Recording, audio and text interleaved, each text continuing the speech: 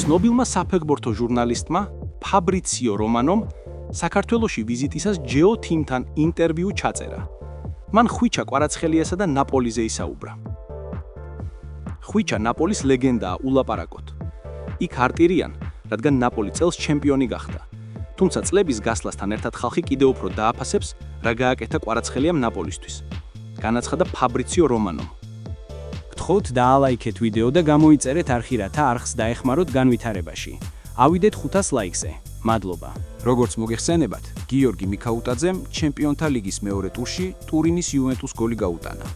აღნიშნულ ფაქტს ვილიარეალის ოფიციალური გვერდი სოციალურ ქსელში გამოეხმაურა. გიორგი მიქაუტაძე სიტყვების ზედმეტია, წერს კლუბის გვერდი. მას შემდეგ, რაც გიორგი მიქაუტაძე ვილიარეალის რიგებს შეუერთდა, ქართველმა ფეხბურთელმა არაერთი მნიშვნელოვანი მატჩი ჩაატარა.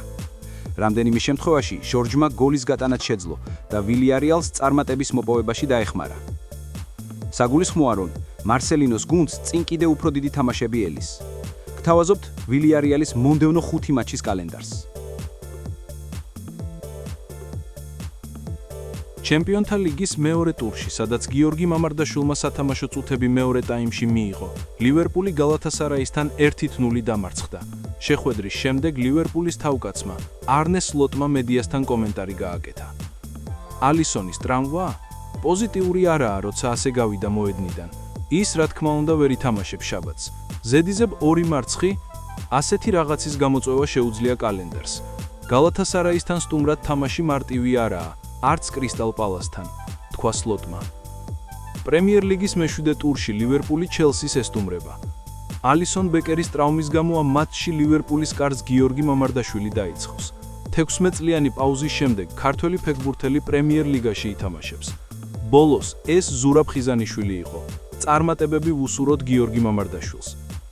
გაირკვა, რომ ბრაზილიელი მეკარე სანაკრებო პაუზამდე დაბრუნებას ვერ მოასწრებს, რაც იმას ნიშნავს, რომ მამარდას მინიმუმ 1 მატჩი ჩელსისთან სათამაშებელი ექნება. შესაძლოა ქართველმა ამის გარდა კიდევ ბევრ სხვა მატჩშიც ითამაშოს. ყველაფერი ალისონის ტრავმაზეა დამოკიდებული. ამ ვითარებას გავლენიანი ესპანური გამოცემა მარკა ეხმაურება.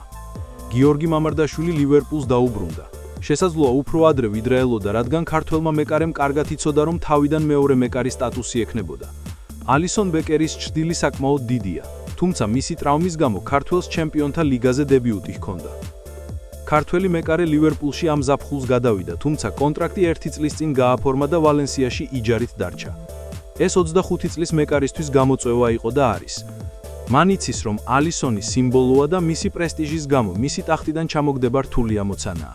მამარდაშვილი შანსს უნდა დალოდებოდა და ყველაფრით ესარგებლა და ამის დროც დადგა. ალისონმა ტრავმა მიიღო და გიორგი მზად არის. ყველაფერი ისე სწრაფად ხდება, რომ თითქმის წარმოუდგენელია. ჯერჯერობით მისი დებიუტი ჩემპიონთა ლიგამდე მხოლოდ კარაბაოს თასზე შედგა. დებიუტი, რომელიც ყინულის გატეხვას ემსახურება, სანამ მოვლენების განვითარებას ელოდება და სიმართლე ისაა, რომ ყველაფერი საუკეთესოდ მოხდა. რატომ? იმიტომ, რომ მას მოულოდნელად ძალიან მაღალი დონის მატჩებში მოუწევს მონაწილეობა. ახლა ყველაფერი მის პრემიერ ლიგაში დებიუტზე მიუთითებს. ის ამას ჩელსის წინააღმდეგ გააკეთებს, რადგან ალისონი გარკვეული დროით ვერ ითამაშებს, წერს მარკა. ცნობილმა იტალიელმა საფეხბურთო ჟურნალისტმა ფაბრიციო რომანომ საქართველოში ვიზიტისას ჩვენს ნაკრებზე ისაუბრა. საქართველოში ახალგაზრდა მოთამაშეებს ენდობით, რაც ძალიან კარგია. მოთამაშეებს ნაკრებში ჩამოსვლა უნდა უხაროდეთ. ამის კარგი მაგალითია არგენტინის ნაკრებია და ასევე 2006 წლის იტალია. როცა მოთამაშეები ნაკრებში სიხარულით მიდიან და რაღაც მიზეზებს არ იგონებენ სანაკრებო მატჩების გამოსატოვებლად. ახალგაზრდა მოთამაშეების ნდობა კარგია. თქვენ ისეთი ვარსკვლავები გყავთ, როგორიც კვარაცხელია და მამარდაშვილი არიან. თქვენს მოთამაშეებს უნდა გაუფრხილდეთ და მომავალში წარმატება გელით. მოგეხსენებათ, ოქტომბრის სანაკრებო მატჩები ახლოვდება. დღეს ვილის ანიოლმა ამ სანაკრებო პაუზისთვის საქართველოს ნაკრების შემადგენლობა დაასახელა.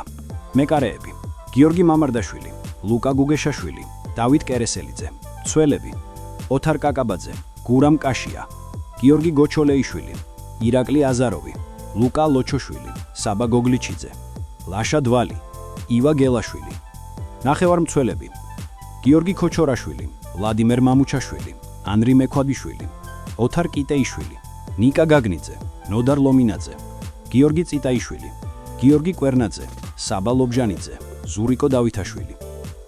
შემტევები: ხვიჩა კვარაცხელია, გიორგი მიქაუტაძე, ბუდუ ზივზივაძე, გიორგი გულიაშვილი.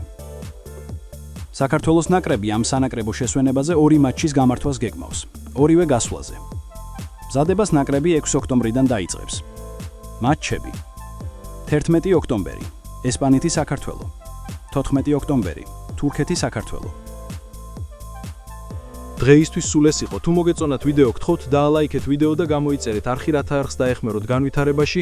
ავიდეთ 500 ლაიქზე. მადლობა.